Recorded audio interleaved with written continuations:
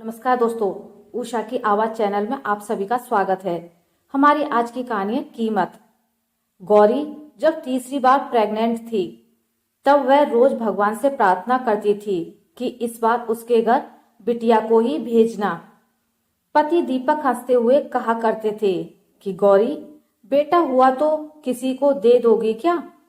वह कहती थी कि मजाक में भी मत कहिए कि बेटा होगा, हमारे तो बेटे हैं, मुझे तो बेटी चाहिए और देख लेना बेटी ही होगी। ईश्वर का फैसला कुछ और ही था और उसने फिर एक बार बेटे को ही जन्म दिया। अब क्या करती? बेटा बहुत ही खूबसूरत गोल मटोल था। बच्चे के आते ही वह उससे प्यार करने लगी, परंतु दिल में कसक थी कि बिटिया होती तो अच्छा था।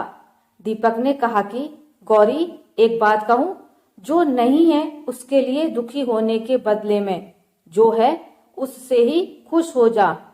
मेरी बात मान, बहू को ही बेटी बना लेना। समय के साथ साथ गौरी भी बच्चों के लालन पालन में व्यस्त हो गई। वह अभी भी किसी छोटी सी बच्ची को देखती थी तो उसका मन उसकी तरफ खिंचा चला जाता था।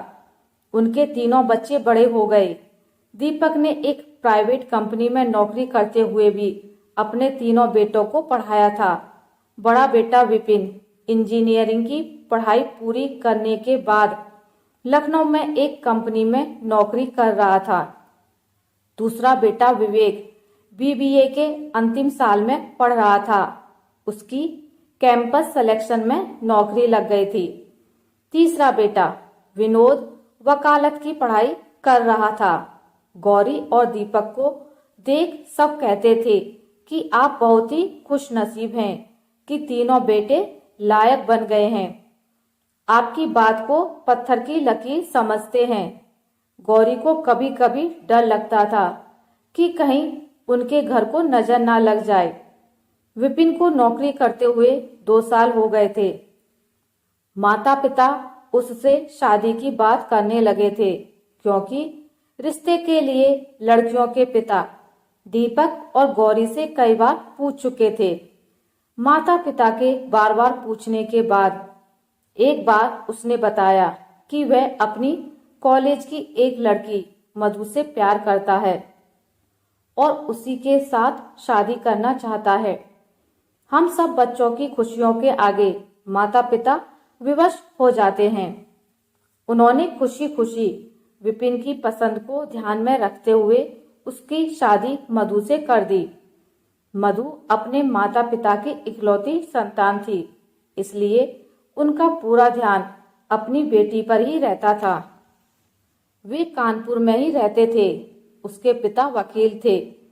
विपिन की शादी होते ही दोनों बच्चों के माता पिता लखनऊ जाकर उन दोनों की गृहस्थी बसाकर वापस आ गए थे। गौरी को लगता था कि शादी के बाद बहू कुछ दिन उसके साथ रहे, परंतु उसकी नई नई शादी हुई है तो उन्हें अलग क्यों करना, सोचते हुए मन मारकर रह गई थी। मधु शादी होते ही चली गई थी, इसलिए उसके बारे में ज्यादा जान नहीं पाई थी। गौरी ने जब पहली बार अपने किसी रिश्तेदार के मुंह से सुना था कि वे दोनों मधु के माता पिता से मिलने आए थे, उसे बुरा लगा था कि एक ही शहर में रहते हुए भी बेटा उनसे मिलने नहीं आया है। दीपक ने कहा कि उनके बारे में ज्यादा मत सोच। बच्चे जब तक छोटे होते हैं माता पिता के होते हैं, बड़े होने के बाद उनकी अपनी जिंदगी होती है और मधु अपने माता पिता की इकलौती संतान है, इसलिए वे उनसे मिलकर चले गए होंगे।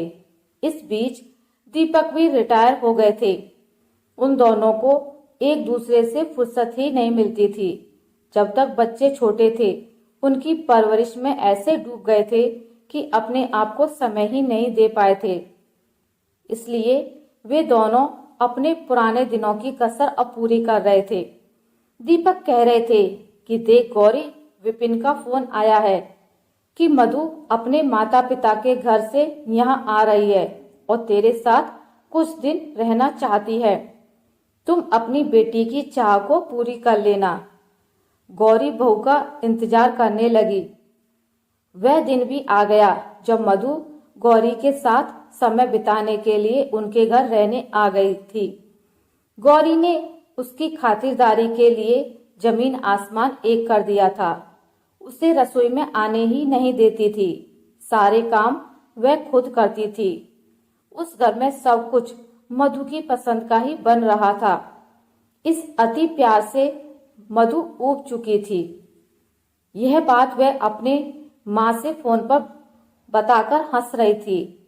गौरी मंदिर जाते हुए अपनी बहू से कहती है कि मधु बेटा, आपके लिए नाश्ता रसोई में रखा है, खा लेना। कहते हुए वह मंदिर के लिए निकल ही रही थी कि दीपक ने कहा, गौरी, इतना काम करने की जरूरत नहीं है, अपनी सेहत पर भी ध्यान दे। गौरी हंसकर उनकी बातों को अनसुना करके मंदिर चली गई। वहां से आकर देखा तो नाश्ता रसोई में पड़ा हुआ था और मधु कमरे में लेटी हुई थी। गौरी ने उसके सर पर हाथ रखकर कहा कि क्या बात है, उदास क्यों है? मधु ने कहा, मैं ठीक हूँ माँ। विपिन ने चिट्ठी लिखी है कि उसे बुखार आ गया है, कमजोरी हो गई है। वे जल्दी से आने के लिए कह रहे हैं। यह सुनते ही गौरी ने दीपक से कहा कि बहू के लिए टिकट करा दीजिए और बाजार से अच्छी सी साड़ी, फल फूल ला दें। मैं घर में उन दोनों की पसंद के पकवान बना देती हूँ और पैक कर देती हूँ। विपिन को अच्छा लगेगा। बस फिर क्या था। घर भर में घूमते हुए गौरी ने मधु के जाने के लिए पूरी तैयारी कर ली थी।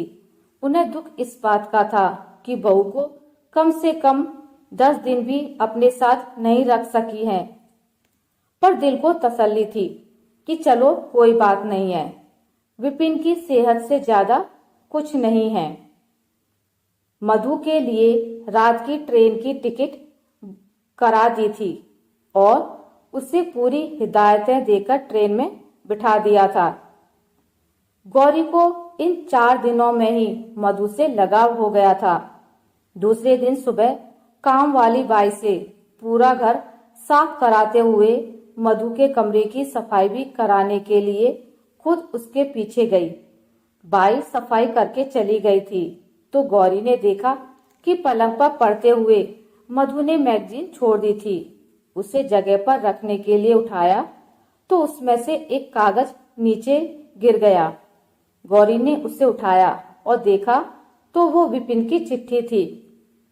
गौरी ने ना चाहते हुए भी चिट्ठी को पढ़ा कि उसमें बीमारी के बारे में क्या लिखा है। उससे मालूम था कि दूसरों के पत्र नहीं पढ़ते हैं, खासकर बेटे बहू के। फिर भी वे अपने आप को रोक नहीं सकी। उसमें उसने लिखा था कि मधु कैसी है, मुझे मालूम है मेरी माँ अपने पूजा पाठ से तुम्हें सता रही होगी। वे बचपन से ही ऐसी हैं। हम भाइयों को भी ऐसे ही सताया करती थी। यह मत छूना, वह मत छूना, यहाँ क्यों बैठे हो, हर काम में दखल अंदाजी और पाबंदियां हैं। तुम्हारे घर में ऐसा कुछ नहीं होता है। तुम्हारे माता पिता नए जमाने के ख्यालों के हैं। तुम्हारी परवरिश अलग तरीके से हुई है। अब हमें तो माँ है इसलिए भुगतना पड़ा। मैं तो तुम्हें वहां रहने ही नहीं देना चाहता था, परंतु क्या करूं, मजबूरी है। तुम एक काम करो, मैं बीमार हूं कहकर माँ से कहो और यह भी कहो कि मैं तुम्हें बुला रहा हूं। बस वे तुरंत तुम्हें यहाँ भेज देंगी। मैं पूरी तरह से स्वस्थ हूँ। तुम्हें यहाँ लाने का बहाना है और कुछ नहीं। कल मिलेंगे, मैं स्टेशन पर तुम्हें लेने आ जाऊंगा। बाय। पत्र पढ़ते ही गौरी की आंखें बरसने लगीं। उसका दिल टूट गया था। वह वहीं ऐसे ही बैठी रह गई थी। दीपक उसे ढूंढते हुए उस कमरे में पहुंच गए और गौरी से कुछ पूछते इसके पहले ही उसने उनके हाथ में पत्र थमा दिया था। दीपक ने भी पत्र को पढ़ा। देखा गौरी रो रही थी और कह रही थी कि देखिए ना, विपिन ने मेरे प्यार की क्या कीमत लगाई है। हमने बचपन से उन्हें किसी भी बात की कमी नहीं होने दी। जो चाहा वह दिया, परंतु उनके दिल में मेरे लिए कितनी कड़वाहट है कि झूठ बोलकर उसने अपनी पत्नी को बुला लिया है। उसके मुंह से बोल ही नहीं निकल रहे थे। दीपक उसे समझाने की कोशिश कर रहे थे। सोच रहे थे कि गौरी को क्या समझाऊं। पत्र पढ़कर तो यही महसूस होता है कि बच्चों के लिए माता पिता कुछ भी कर लें, लेकिन उनके लिए उसकी कीमत कम ही होती है। दोनों ही सदमे में आ गए थे। हताश होकर एक दूसरे का सहारा बनकर शून्य में देख रहे थे। आशा करती हूँ आपको मेरी आज की कहानी अच्छी लगी होगी। अगर आपको मेरी कहानी अच्छी लगी है तो इसे लाइक करें, ज्यादा से ज्यादा शेयर करें, और अगर आप मेरे चैनल पर नए हैं तो इसे सब्सक्राइब करना ना भूलें। मिलते हैं एक नई कहानी के साथ, तब तक के लिए नमस्कार।